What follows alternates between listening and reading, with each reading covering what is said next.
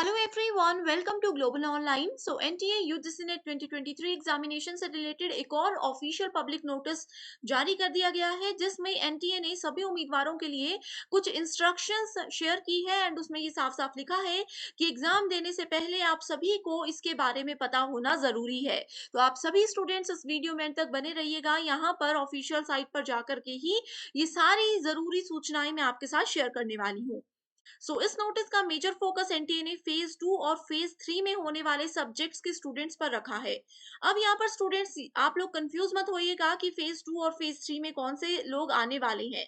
तो आपको पता है कि फेज 2 की लिस्ट ऑलरेडी एनटीए ने शेयर कर दी है।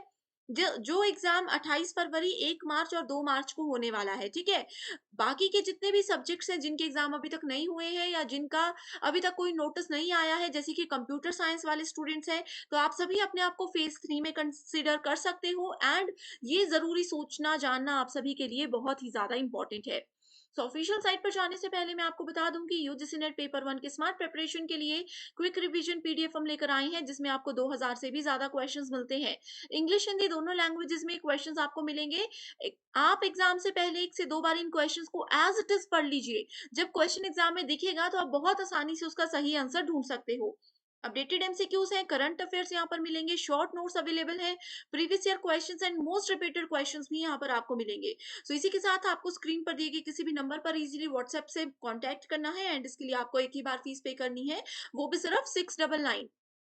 तो आज ही आप इस क्विक रिवीजन पीडीएफ को ज्वाइन कर लीजिए। एग्जाम में कम समय बाकी है तो ये स्मार्ट स्ट्रेटेजी आपको डेफिनेटली फर्स्ट पेपर में अच्छा स्कोर करने में मदद करेगी।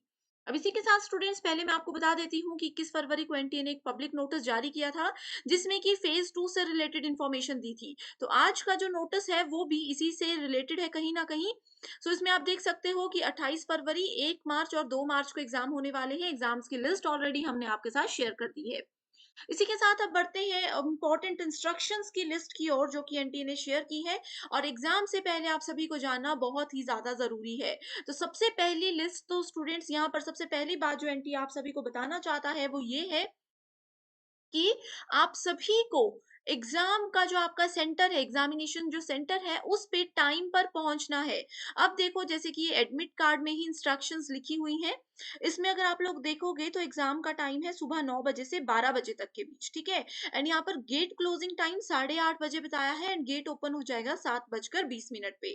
तो यहाँ पर फर्स्ट इंस्ट्रक्शन एनटीए ने आप सभी को यही दी है कि आप लोग 8, 8:30 बजे से पहले पहले कोशिश कीजिएगा एग्जामिनेशन हॉल में पहुंच जाने की, क्योंकि उसके बाद गेट क्लोज हो जाएगा। फिर आप जितनी मर्जी रिक्वेस्ट कीजिए आप लोगों को एंट्री वहां पर नहीं मिलेगी। इससे क्या होता है, बहुत से स्टूडेंट्स का टाइम वेस्ट हो जाता है। अभी भी हमारे कुछ स्टूडेंट्स ऐसे थे जो किसी भी कारण की वजह से समय पर नहीं पहुंच पाए एंड उन लोगों को गेट में एंट्री नहीं मिली। पूरी तैयारी होने के बावजूद भी वो लोग इस बार एग्जाम में नहीं बैठ पाए। तो आप सभी के साथ भी ऐसा ना हो, इस चीज का ध्यान रखिएगा, ठीक है। उसके बाद यहाँ पर जब भी एग्जाम क्लोज होने का टाइम होगा, जैसे कि 9 बजे से 12 बजे तक अगर एग्जाम है, तो 12 बजे से पहले आप लोगों को बिल्कुल भी हॉल से निकलने की परमिशन नहीं दी जाएगी। ये भी एनटीए ने बोला है, तो आप उस अकॉर्डिंग ही अपने आप को मेंटली प्रिपेयर करके जाइएगा। एक और चीज जो कि बहुत से स्टूडेंट्स गलती कर रहे हैं, खास करके वो स्टूडेंट्स जिनका फर्स्ट अटेम्प्ट रहता है, वो ये गलती करते हैं कि वो बस एग्जाम देने चले जाते हैं। लेकिन मैं आपको बता दूं, जब भी आप लोगों का एडमिट कार्ड आएगा तो एक इस तरह का पेज ही सामने होगा। यहाँ पे कुछ इंपॉर्टेंट इन्फॉर्मेशन को मैंने हाइड कर दिया है। ये वाला जो पहला पेज है, यहाँ तक का जो पहला पेज है, इस पेज को आप लोगों ने कलर्ड प्रिंट आउट निकलवा लेना है। जितने भी आपके आसपास कंप्यूटर सेंटर्स होंगे या फिर जितने भी साइबर कैफेज होंगे, वहां पर जाकर के आप ये प्रिंट निकलवा सकते हो। आपने बस उनको इतना बोलना है कि कलर्ड कॉपी इसकी निकाल दीजिए। वैसे तो एक ही कॉपी की जरूरत पड़ती है, बट सेफ साइड आप 1 से 2 कॉपी भी इसकी निकाल करके ले जा सकते हो। दूसरी मिस्टेक यहाँ पर स्टूडेंट्स ये कर रहे हैं कि वो कलर्ड कॉपी निकाल रहे हैं एंड फोटो उनकी डिफरेंट है। तो एक चीज और यहाँ पर एनटीए ने इस वाले इंस्ट्रक्शन लिस्ट में ये दी है कि जो भी फोटोग्राफ आप लोगों का यहाँ पर होगा, आपका एडमिट कार्ड आएगा, जो भी फोटो आपका यहाँ पर होगा, वही फोटो को प्रिंट निकलवा करके आपने उसकी 2 से 3 कॉपी अपने साथ लेकर के जानी है। ठीक है? 2 से 3 या ज़्यादा भी ले जा सकते हो, वैसे इससे ज़्यादा की ज़रूरत नहीं पड़ती। जिसमें से कि 1 कॉपी आप लोगों को यहाँ पर पहले से ही घर से चिपका करके, पेस्ट करके लेकर जानी है। 1 कॉपी जहाँ पर आपकी अटेंडेंस लगेगी, वहाँ पर आपकी फ़ोटो लगाई जाएगी, ठीक है? सो इन चीज़ों को ध्यान रखिए, ये चीज़ें मिस मत कीजिए। एक और गलती यहाँ पर बहुत से स्टूडेंट्स ये कर रहे हैं कि वो अपना वैलिड आधार कार्ड या वैलिड आईडी प्रूफ नहीं लेकर जा रहे।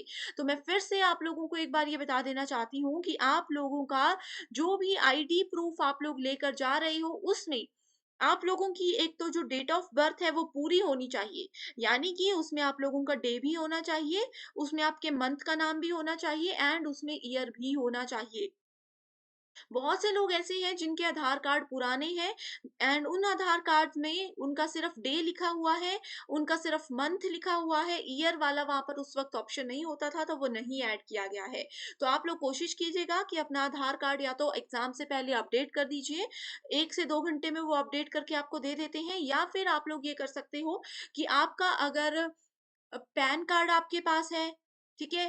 पैन कार्ड है, ड्राइविंग लाइसेंस है जिसमें आपकी फ़ोटो भी होगी, ठीक है? या फिर आपका पासपोर्ट है, वोटर आईडी कार्ड है जिसमें आपकी फ़ोटो और डेट ऑफ बर्थ पूरी है, तो इसमें से कुछ भी आप ले जा सकते हो, बट मेजर कोशिश कीजिएगा कि आप अपने आधार कार्ड को ही वेरीफ़ाई करके ले जाइए या फिर पैन कार्ड को यूज़ कर लीजिए, ठीक है?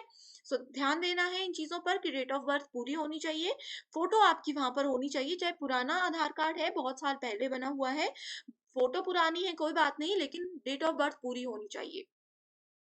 एक और प्रॉब्लम यहाँ पर हमारे स्टूडेंट्स ने ये फेस की है कि उन्होंने इंस्ट्रक्शंस को अच्छे से नहीं पढ़ा था एंड वो पेन भी नहीं लेकर गए अपना।